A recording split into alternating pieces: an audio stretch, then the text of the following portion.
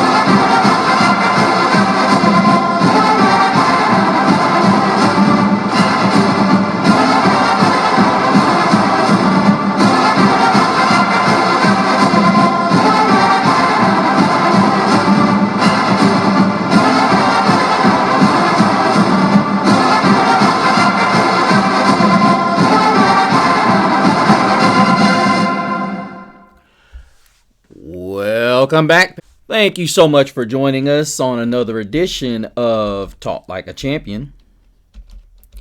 As you guys know, I am Mr. CeeLo. Here once again to give you guys the lowdown on the Fighting Irish and what we're into this week and how we came out on the bye week. Of course, you guys did not see me any of this week. I took that time to catch up on some other things as well. But I am back, and I am here to first thing give you guys some bad news as a guy whom is really started to win my respect as one of my favorite players, especially in Al Golden's defense, is Boubacar Traore. As many of you know, he is now officially done for the year with a season-ending injury. Most of you guys know already. It's just horrible news, and for a guy who has just been absolutely all over the place, and I'm just not happy. I'm very upset about it, as many of you are. I love watching this guy play. He reminded me so much of Jeremiah Owusu-Koramoah, the way he just flew all over the field. It was just yeah. And to a defense that's already been hit with a large number of injuries, and it just makes it even worse. But like they say, it's going to be a situation where we're going to have somebody step up, and that's just what Marcus Freeman was talking about. So Alamake is set to be his replacement. He's been good in his replacement. I mean, I honestly can say Tui Alamaka has been a pretty good replacement, and hopefully Tui Alamaka can bring some of that same energy that Traore's brought. But as I said, the defense hasn't really been the problem, But as you guys know, we just rotate guys in and out, and we're getting some really good prospects coming in, which somewhat leads me to the Deuce Knight flip. Many of you know, I may have already spoken about this, but I'm just letting you guys know again, for those of you that don't know, quarterback Deuce Knight, ranked 5th in the country, flipped last week to Auburn. And, a lot of people are up in arms about it, saying, what are we going to do? Guys, the quarterback depth is fine. That just means we've got to get one in 2026. We've got to make sure we get one in 2026. I think we're going to be fine as far as Carr goes. He's a freshman this year, so we do everything right. He'll be here for at least 2 of those years into it. So we've got at least 2 years. We got till 2026, the least little bit. And I know what everybody's going to say. Well, we can always go into the portal. That's true. Who's to say Deuce Knight's not coming back? And I'm not going to talk about other teams' programs, but I can say right now, Auburn's not where we're at. He gets that experience. They go through his struggles. his growing pains, and guess what? He's all set up to come home. In some other news, the Irish are setting up. I'm trying to get my stuff together, you guys. If I remember seeing something about we are supposed to have a visitor in the stands this weekend from Michigan, you guys. So the Irish are going to host a recruit from Michigan. As you guys know, C.J. Carr is a what they call mitten state, a recruit. And Detroit County Day athlete Anthony Cartwright. Now, we haven't made him an offer yet, but he'll be visiting South Bend as we play our next foe, the Stanford Cardinal. Now, we'll get to the game next. Well, he's not getting the juiciest matchup, but 198-pound prospect will get to see everything that Notre Dame offers as a student athlete. Now, granted, like we said, he's ranked as the number 61 overall prospect in the class. He's got offers from Alabama, Ohio State, Tennessee, Michigan, and others. Now, when I go through talking about Stanford, now this could very well be a game that piques this kid's attention, and I'll tell you why for all the reasons. But here's the reality. This kid is 6'4", 198 pounds. We've had big kids that have come through this program before, and we have not utilized them. Right now, we got 6'5" Deion Colsey on the roster that we're not utilizing, and everybody wants to keep saying he hasn't reached his ability. How many quarterbacks have we had on this roster that allow these players to maximize their ability? I just got through watching a game last week. Guys at Ohio State, they're given the opportunity to maximize their potential. We don't have quarterbacks that allow our receivers to maximize their potential. Bo Collins, in my opinion, transferred to the wrong school. Blasphemy, if you will. But the reality of it is, Irish fans, what are we using him for? This is where, let me stop. I'm going to get into the talks of the game. But if they want to impress Cartwright, this is why a lot of guys transfer out. The Tobias Merriweathers, the Rico Floreses, they leave. You guys have to understand, and I'm not talking about the fans basically, I'm talking about the administration. If you're going to keep guys here, you got to throw them the football. You should not look, and at the end of the year, your quarterback's got 400 passes, and over 3/4 of them are less than 10 yards. No wide receiver wants to have to fight through bubble screens. They want the ball down the field.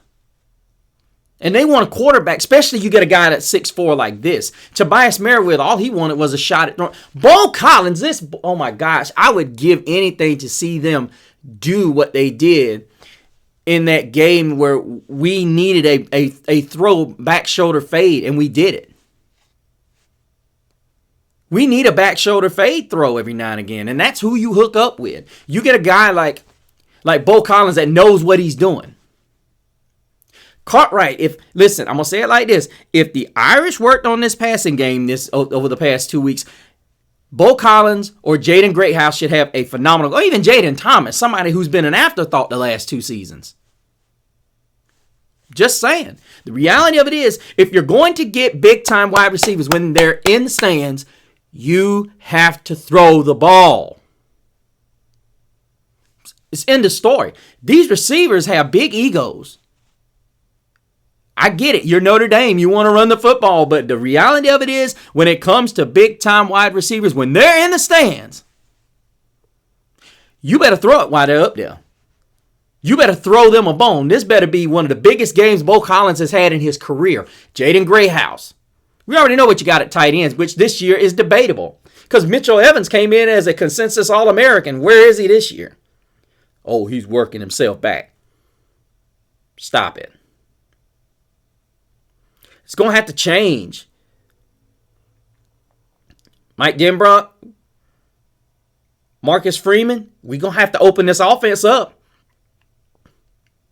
All right, looking here as the Irish welcome in the Stanford Cardinal.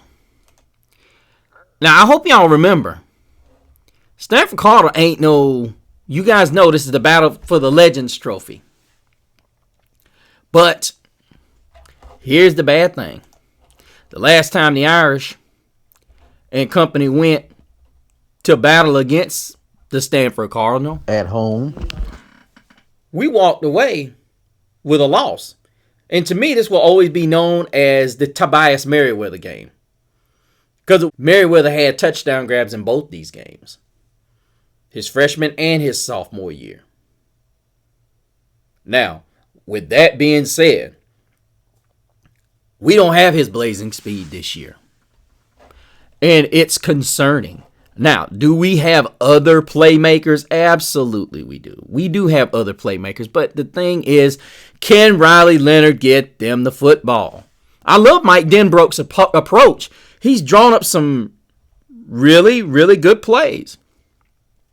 Some of them have went for touchdowns, and some of them Riley Leonard has not hit. I love the fact that Denbrook's got some good calls up there, but the problem is he's not hitting it. He is not hitting it, and we're having a lot of issues with getting this guy to hit it the right way and to get it in the right position.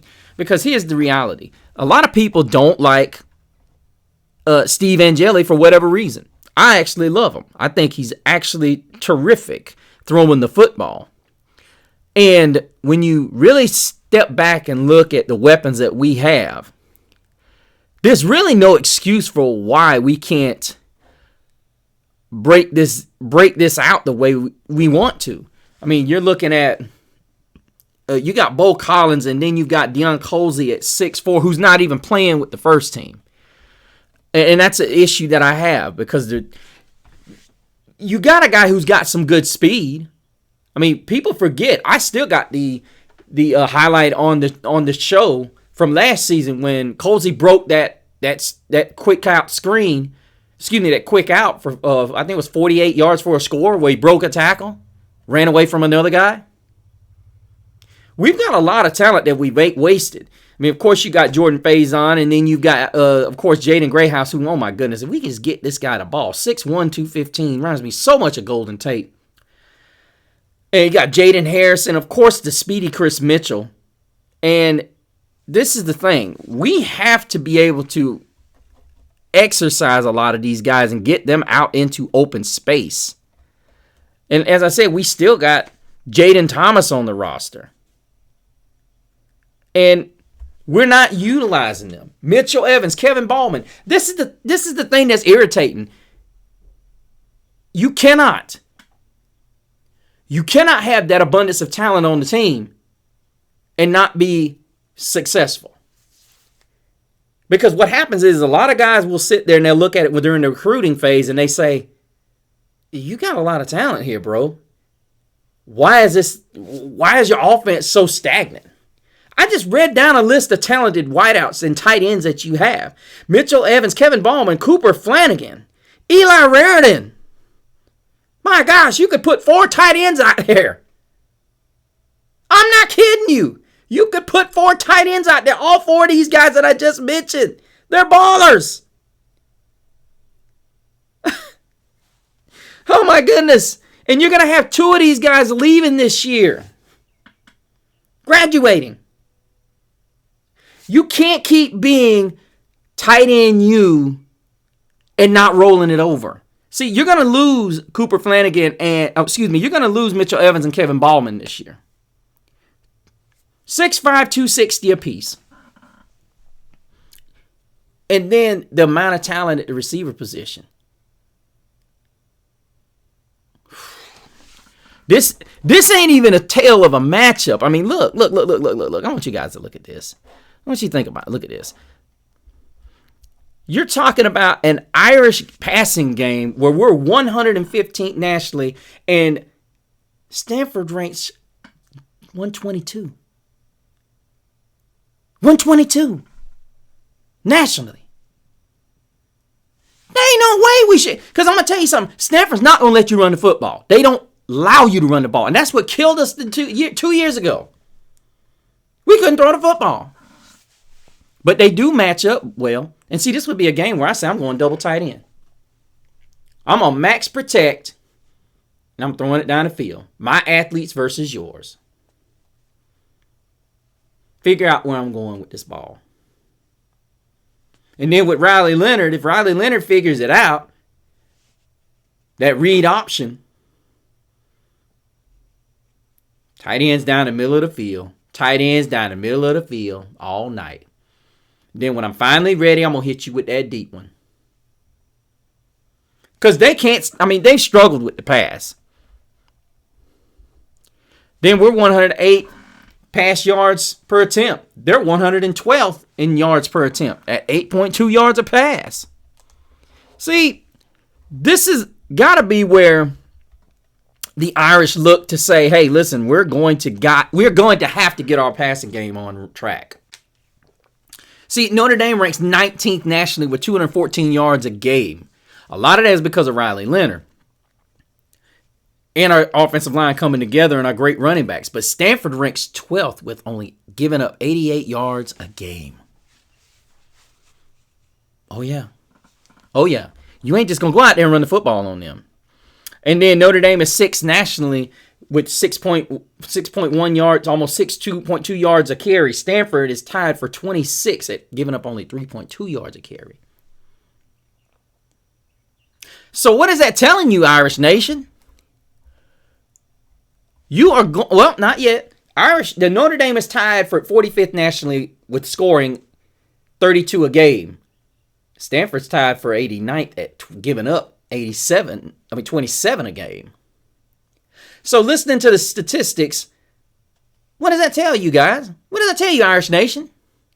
Throw the ball. Play action pass. Read option. That's all. Motion. Go back to what Denbrock was doing in the last game. Move the ball. That's it. That's all there is to it. And I look at it from this standpoint. Bo Collins, Jaden Greathouse, Mitchell Evans, Kevin Ballman, Eli Raridan, even Jack Larson, Cooper Flanagan. These guys, listen, we're tight end you. People have forgotten we tight end you. We got 3 tight ends playing on Sunday, you guys. 3 of them. They're going to have to put some respect on our name. Not respect. Respect. Put some respect on Notre Dame. We create tight end you.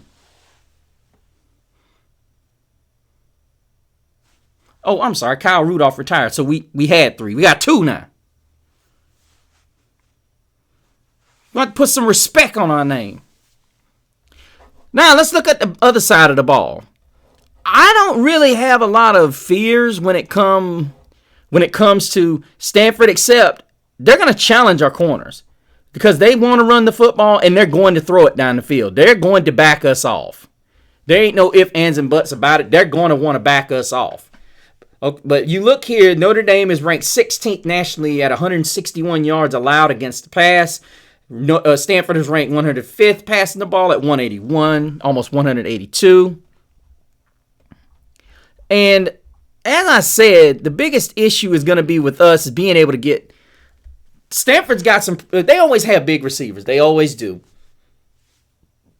And it's going to be a lot of one-on-ones because Stanford's going to do their best to line you up in double tight ends, and they try to make the mismatch. They try to get your safety up in the box so they can get those receivers that they have in one-on-one coverages. That is what they want. And honestly, it's the one thing that just drives me absolutely nuts with our coaching staff. We've got the athletes.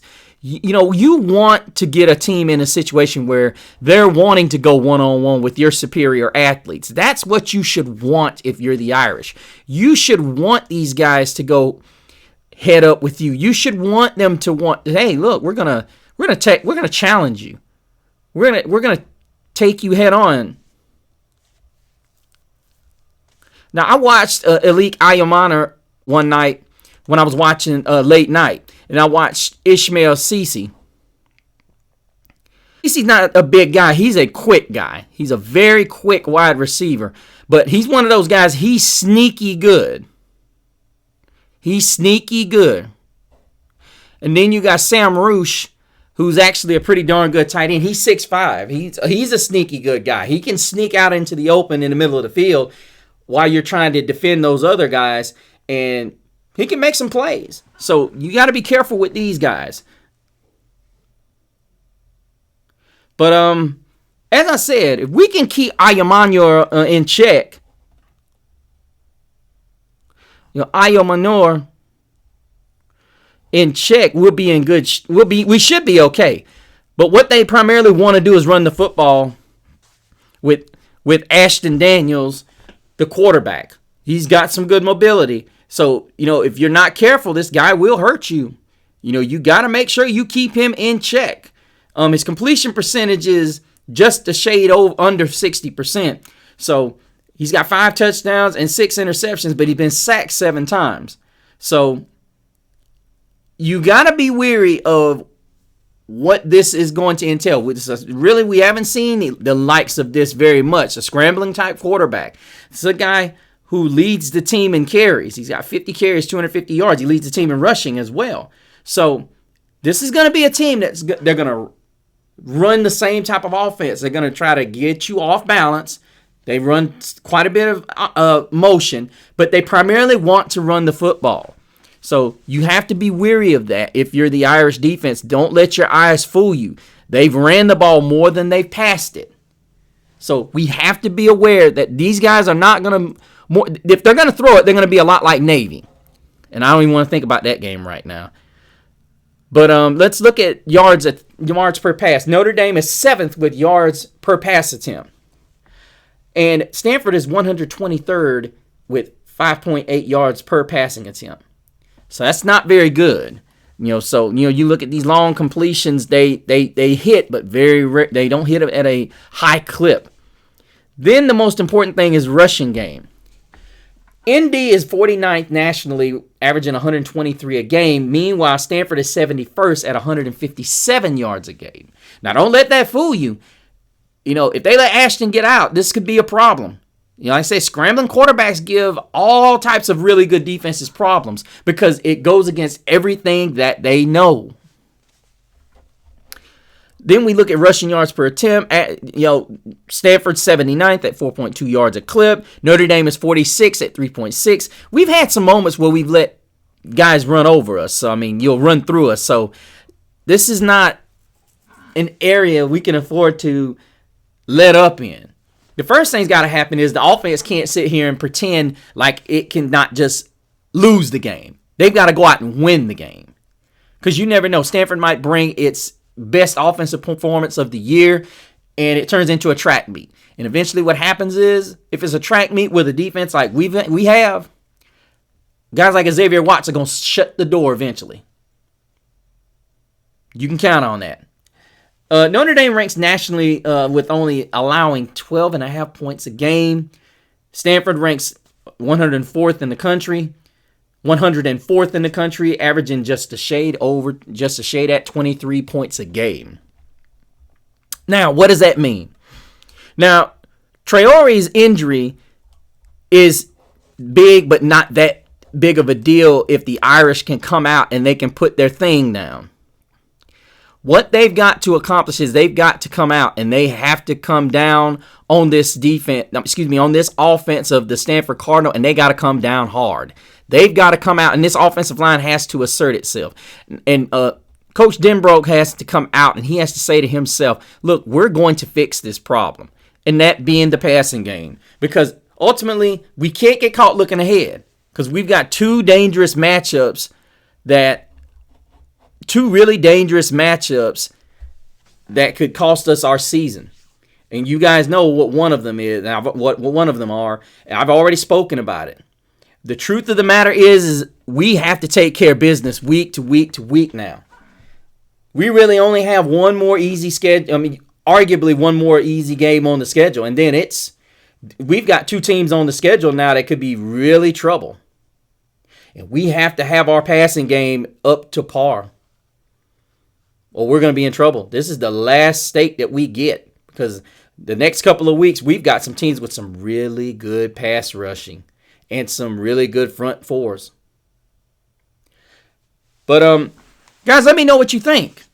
What do you think about the Irish versus the Stanford Cardinal at home? And I had to wear my new threads. I hope you like it. I'm going to be coming up with a merchandise store for you guys, the things that I wear on here, how you can get access to them, and possibly wear them out for yourself. And I'm also working on a shirt for the show, guys. So, guys, start joining the show, and you will get a shot at possibly getting one. I've got several ideas that I'm kicking around, but as soon as I land on one, I'll show it to you. But until the next time, until we meet again, may the road rise up to meet you. May the wind be always at your back. May the sun rise warm upon your face. May the rains fall soft upon your fields. And until we meet again, may God hold you in the palm of his hand.